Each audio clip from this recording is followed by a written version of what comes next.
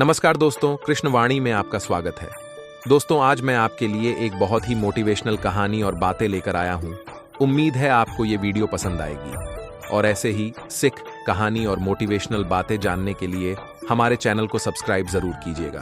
तो चलिए शुरू करते हैं। एक नगर में भोला सेठ नाम का एक व्यापारी रहता था। वैसे तो एक समय उसकी गिनती नगर के सबसे अमीर व्यापारियों में की जाती थी, लेकिन अब वह सिर्फ नाम का ही सेठ रह गया था। उसका व्यापार बंद होने की कगार पर आ गया था। उसके ऊपर बहुत सारा कर्ज लग चुका था। उसके दिन बहुत ही गरीबी में बीत रहे थे और उसके इस हालात का कारण उसका स्वभाव था। वह एक बहुत ही शांत और भोले स्वभाव का व्यक्ति था। वह किसी की बातों पर बहुत ही आसानी से विश्वास कर लेता था, इसीलिए उसे मूर्ख बनाना बहुत ही आसान था। चालाकी तो उसके अंदर थी ही नहीं और उसके इस सरल स्वभाव का फायदा उठाकर ही लोगों ने उसे इस हालत में पहुंचा दिया था। उसके कुछ चालक मित्र, रिश्तेदार और दूसरे व्यापारियों ने उसके खिलाफ षड्यंत्र रची। अपनी बातों में बहलाकर उसे ऐसे ऐसे नए व्यापार करवाए जिसमें उसे सिर्फ नुकसान ही हुआ। भोला सेठ पहले तो इन सब चालाकियां को नहीं समझ पा रहा था, लेकिन अब जब वह कंगाल हो चुका था तब उसे अपनी गलतियों का एहसास हुआ। लोगों के द्वारा दिए गए धोखों का पता चला और जिन्हें वह अपना समझ रहा था उनकी सच्चाई का पता चला। अब भला सेठ पूरे दिन अपने साथ हुए धोखों और अपने इस हालात के बारे में सोचता रहता और खुद को कोसता रहता, जिससे अब उसके दिन बहुत ही तनाव और उदासी में बीतने लगे थे। घर में पत्नी से भी अक्सर झगड़े होते रहते। कर्ज वापस मांगने वालों की भीड़ रोज उसके घर में लगी रहती है और वह उनसे मुंह छुपाता फिरता। एक दिन अपनी ऐसी हालत से परेशान होकर उसने आत्महत्या करने का निश्चय किया और आत्महत्या करने के लिए वह एक पहाड़ी की तरफ चल पड़ा। लेकिन रास्ते में उसे एक महात्मा का आश्रम दिखाई पड़ा। आश्रम में बहुत ही शांति और सुकून का माहौल था। सेठ ने देखा कि कुछ लोग महात्मा जी के सामने बैठे हुए हैं और एक एक कर उनसे अपनी समस्याओं का समाधान पूछ रहे हैं। ये देखकर सेठ के मन में भी उत्सुकता जागी। उसने आश्रम से बाहर निकल रहे एक व्यक्ति को रोककर महात्मा जी के विषय में पूछा। व्यक्ति ने शहर से कहा, यह महात्मा अपनी बुद्धिमानी के लिए आसपास के सभी नगरों और गांव में बहुत प्रसिद्ध है। यह अपनी बुद्धिमानी से लोगों की बड़ी बड़ी समस्याओं को आसानी से सुलझा देते हैं। ये लोगों की मन की बातों को जानने और उनके झूठ पकड़ने में माहिर हैं, क्योंकि उन्होंने मानव स्वभाव के विषय में गहराई से अध्ययन कर रखा है और उसे समझने में महारत हासिल कर रखी है। उनके लिए किसी से भी अपनी बात मनवा लेना चुटकियों का खेल है, इसीलिए इन्हें चालाक संत भी कहा जाता है। अगर तुम्हारी भी कोई समस्या है तो तुम उसका समाधान इनसे पूछ सकते हो। इतना कहकर वह व्यक्ति वहां से चला गया। इसके बाद संत चुपचाप महात्मा जी के सामने बैठी भीड़ के पीछे जाकर बैठ गया और अपनी बारी का इंतजार करने लगा। शाम होते होते सारी भीड़ वहां से चली गई। अंत में सेठ की बारी आई।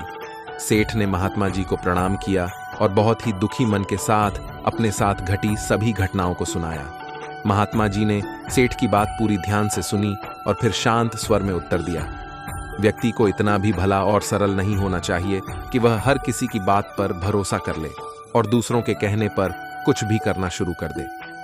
व्यक्ति के अंदर थोड़ी सी समझदारी और चालाकी का होना भी आवश्यक है। चालाकी इसीलिए नहीं ताकि वह दूसरों का फायदा उठा सके या उन्हें मूर्ख बना सके, बल्कि इसलिए ताकि वह दूसरे चालक लोगों की चालाकी से खुद को बचा सके, खुद का नुकसान होने से बचा सके और दूसरे कमजोर लोगों की मदद कर सके। आज मैं तुम्हें सिखाऊंगा कि कैसे तुम लोगों से जो चाहते हो वह सब कुछ हासिल कर सकते हो। आज मैं तुम्हें कुछ ऐसे तरीके बताऊंगा जिनका उपयोग करके तुम लोगों और परिस्थितियों को अपने वश में कर सकते हो। साथ ही आज तुम यह भी जानोगे कि कैसे चालक और धोखेबाज लोगों को पहचानना है। इस तरह से तुम एक सीधे साधे व्यक्ति से एक समझदार व्यक्ति बन सकते हो। लेकिन आज जो तरीके मैं तुम्हें बताने वाला हूं उनका उपयोग किसी गलत काम के लिए मत करना, बल्कि खुद की और दूसरों की सुरक्षा को भलाई के लिए करना। तो मेरी बातों को ध्यान से सुनना। हम जिस दुनिया में रहते हैं वहां तुम्हें कुछ ऐसे चालाक लोग मिलेंगे जो खुद की जिंदगी चलाने के लिए भोले भाले लोगों का इस्तेमाल करते हैं। अब तुम्हें नहीं पहचाना कैसे हैं। जो लोग बहुत ज्यादा बातों को समझाते हैं तुम्हें उन पर ध्यान देना चाहिए। क्योंकि यह लोग भरोसे की कमी को पूरा करने के लिए बहुत ज्यादा शब्दों का प्रयोग करते हैं। तुम्हें उन पर ध्यान देने की जरूरत है, क्योंकि वह लोग अपने छूट से तुम्हें बेवकूफ बनाने की कोशिश कर रहे हैं। जो लोग एक ही चीज के बारे में बार बार बोलते हैं वह छोटे हो सकते हैं। ऐसे लोग बहुत से उदाहरण और जानकारी देते हैं ताकि बातों पर भरोसा हो सके। तुम जिस इंसान के साथ बात कर रहे हो उसका असली रंग जानने का तरीका है कि तुम उसकी बातों को दोबारा सुनो। फिर वह जिस तरह से अपनी कहानी सुनाएगा उससे तुम्हें पता चल जाएगा कि वह छोटा है कि नहीं। जब तुम उसे दोबारा सुनो तो इस बात पर ध्यान दो कि दोनों ही बार उसने तुम्हें एक ही कहानी सुनाई कि नहीं।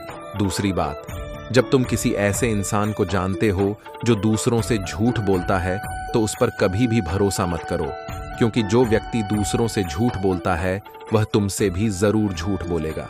साथ ही तुम्हें उन लोगों से भी सावधान रहना चाहिए जो यह दावा करते हैं कि उनके पास पहले बहुत सारा पैसा था जो अब डूब गया है, जिससे यह पता चलता है कि जिस इंसान से तुम बात कर रहे हो वह जो कुछ बोल रहा है वह झूठ है।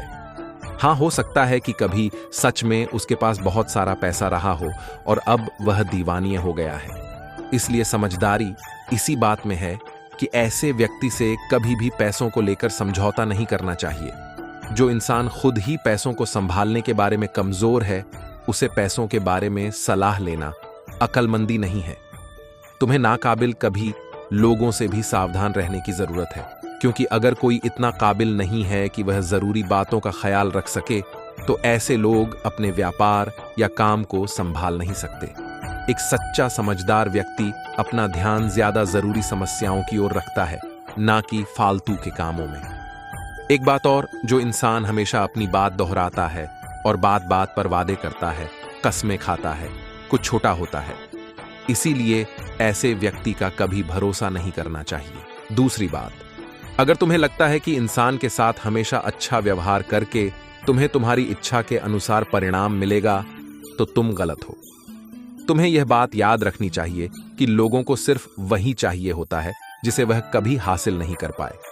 तो अगर तुम्हें सामने वाले से अपना काम करवाना है तो उसे बार बार यह भरोसा दिलाओ कि तुम उसे वह चीज दिला सकते हो जिसे वह खुद हासिल नहीं कर पाया।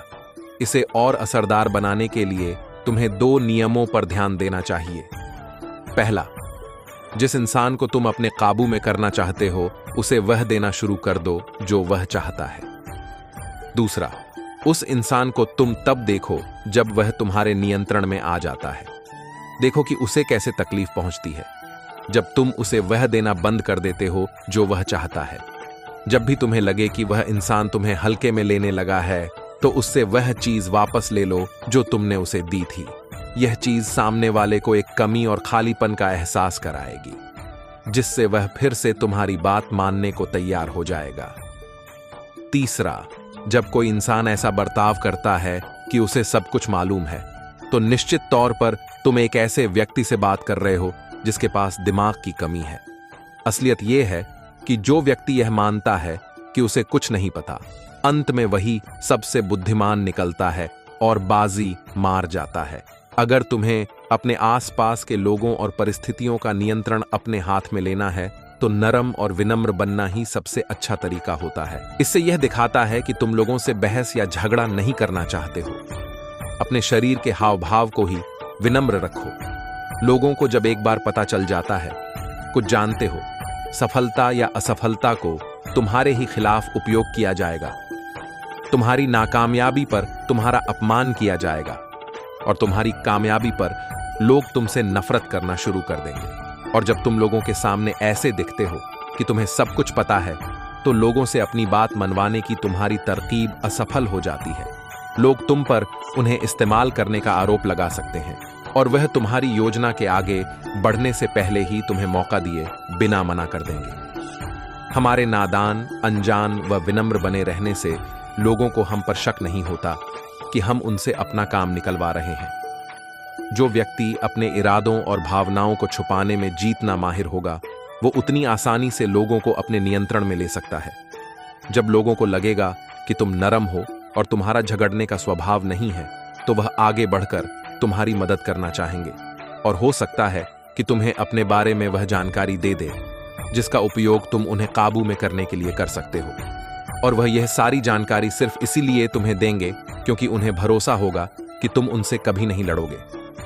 वह व्यक्ति जो यह मानता है कि उसके अंदर सुधार की गुंजाइश है, उसके सफल होने की संभावना कई गुना बढ़ जाती है।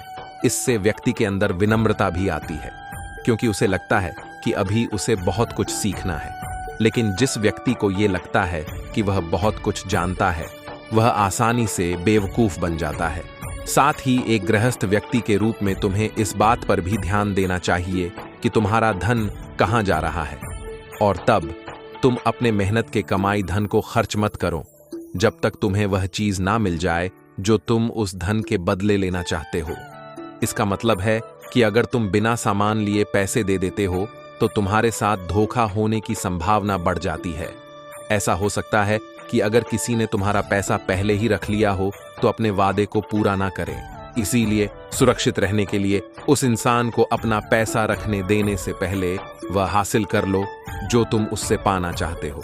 चौथा, लोगों से अपनी बात मनवाने का सबसे अच्छा तरीका यह जान लेना है कि तुम किसके दिमाग को बदल सकते हो और किसके नहीं। यह बात 100% सच है कि तुम तब तक किसी के दिमाग को अपने अनुसार नहीं चला सकते जब तक कि वह तुम्हें पसंद ना करता हो।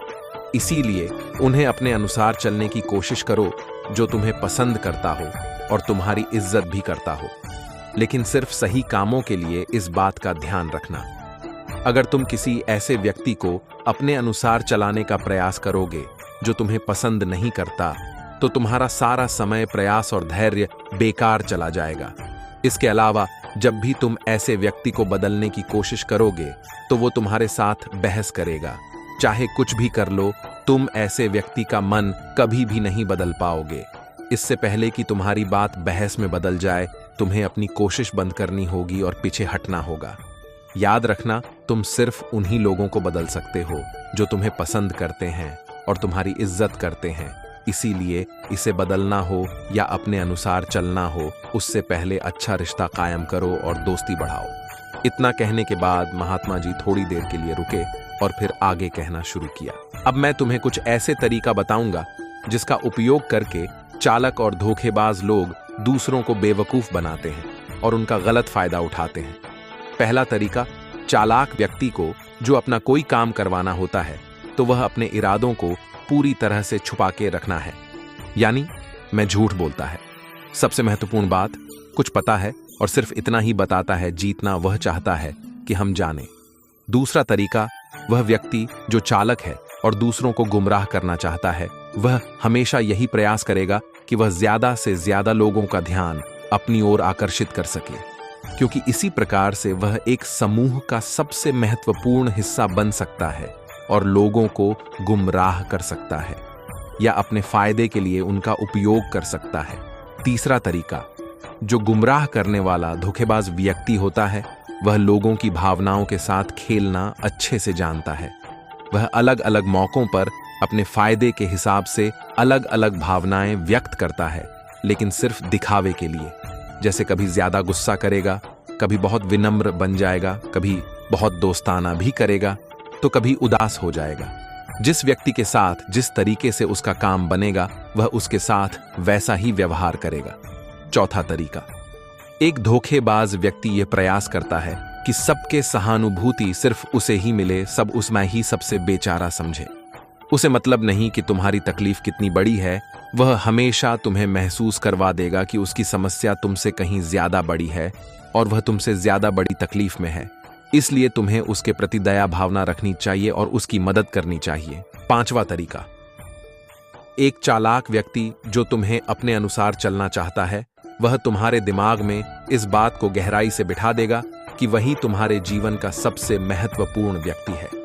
उसके बिना तुम्हारा काम चल ही नहीं सकता। लेकिन असल में ऐसा नहीं होता। बस वह तुम्हें इस बात का विश्वास दिला देता है कि उसके बिना तुम्हारे जीवन की कल्पना ही नहीं की जा सकती। इस तरीके से तुम जितना उन पर निर्भर होते चले जाओगे, उतना उनका नियंत्रण तुम पर बढ़ता चला जाएगा और वह तुमसे अपना काम निकलवाते रहेंगे। छठा तरीका, चालाक व्यक्ति की हमेशा कोशिश होती है कि किसी भी बड़े काम का श्रेय सिर्फ उन्हें मिले, सिर्फ उनकी ही वाहवाही हो। काम कोई भी करें, लेकिन तालियां सिर्फ उनके लिए बजे। इसलिए वह ज्यादा से ज्यादा लोगों का ध्यान अपनी ओर खींचना चाहते हैं, ताकि वह ज्यादा से ज्यादा लोगों को अपनी बातों में फंसा सके। चालाक व्यक्ति अक्सर सबसे मुश्किल काम दूसरों को दे देते हैं और सबसे आसान काम अपने लिए रखते हैं, लेकिन सारे काम का श्रेय खुद लेने का प्रयास करते हैं। 7वां तरीका, एक धोखेबाज व्यक्ति दिखावा करेगा तुम्हारा सबसे अच्छा दोस्त बनने का। वह दिखाएगा कि उससे अच्छा तुम्हारा कोई दोस्त हो ही नहीं सकता। इस तरीके से वह तुम्हारे सारे राज जानने का प्रयास करेगा और कभी गलत समय आने पर वह उनका उपयोग तुम्हारे खिलाफ करेगा। इसीलिए अपने राज बताने से पहले 10 बार सोचो, क्योंकि दुनिया में सबसे खतरनाक चीज है एक धोखेबाज दोस्त का होना। इसीलिए कौन दोस्त है और कौन नहीं, इसकी पहचान करना सीखो। 8वां तरीका, अधूरी जानकारी देना। जो धोखेबाज होगा वह तुम्हें सिर्फ उतनी जानकारी देगा जितनी वह चाहता है कि तुम्हें पता हो। कारण क्योंकि वह चाहता है कि तुम्हें सिर्फ इतनी चीजों का पता हो। वह तुम्हारे साथ कभी पूरी बात साझा करेगा ही नहीं। वह सबसे महत्वपूर्ण बातें छुपा लेगा, ताकि समय आने पर वह उनका उपयोग कर सके और सारा श्रेय ले सके या अपना काम करवा सके। चालाक व्यक्ति कभी भी अपनी बात पर खड़ा नहीं उतरेगा। समय आने पर वह अपनी बात से मुकर जाएगा। अब इसका कुछ भी कारण हो सकता है। या तो वह चाहता है कि तुम्हारा वह काम ही ना हो, या फिर वह जानबूझकर ऐसा कर रहा है। यह उसके इरादे पर निर्भर करता है। 10वां तरीका, वह ऐसा दिखावा करते हैं कि उन्हें कुछ पता ही ना हो। वही सबसे मासूम है। हालांकि उन्हें उस समय उस घटना या चीज के बारे में सब कुछ पता होता है, लेकिन वह फिर भी तुम्हारे ही मुंह से सब कुछ सुनना चाहेंगे। क्यों? क्योंकि कल अगर उनके मुंह से ऐसा कुछ निकल गया जो नहीं बोलना चाहिए था, तो वो तुम्हारा नाम ले सके कि मुझे तो उसने बताया था। या फिर वह मासूम इसलिए भी बने रहते हैं ताकि वो जिम्मेदारियों से बच सके। ज्यादा काम जो उन्हें मिल सकता था उसके भार से बचे रहे। वह जानबूझकर ऐसा करते हैं ताकि कोई उन पर ध्यान न दे और वह बड़े कामों से बच सके।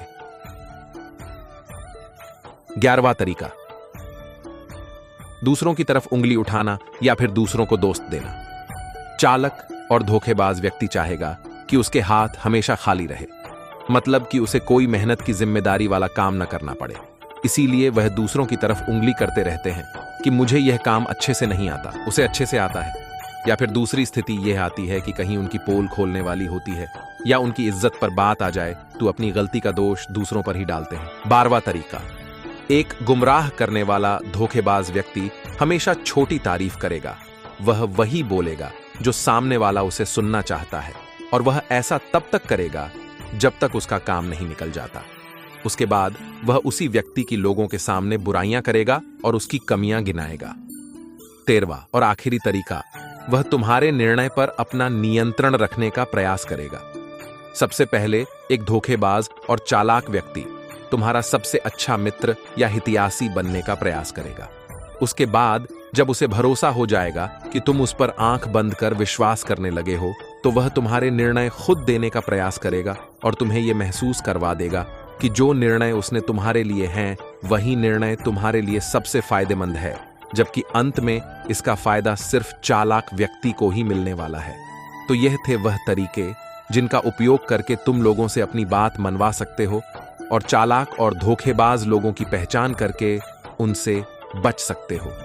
भोला सेठ को अपने सभी प्रश्नों का उत्तर मिल चुका था। उसने इस अनमोल जानकारी के लिए महात्मा जी का धन्यवाद किया और अपने घर वापस लौट गया। दोस्तों, आज की वीडियो यहीं पर समाप्त होती है। मैं आशा करता हूं कि आपने इस वीडियो से बहुत कुछ सीखा होगा। मिलते हैं एक नई वीडियो के माध्यम से। तब तक के लिए अपना ख्याल रखिएगा। वीडियो अच्छी लगे तो चैनल को सब्सक्राइब जरूर कीजिएगा और कमेंट में जय श्री राधे कृष्ण जरूर लिखिएगा। बहुत बहुत धन्यवाद। जय श्री कृष्ण।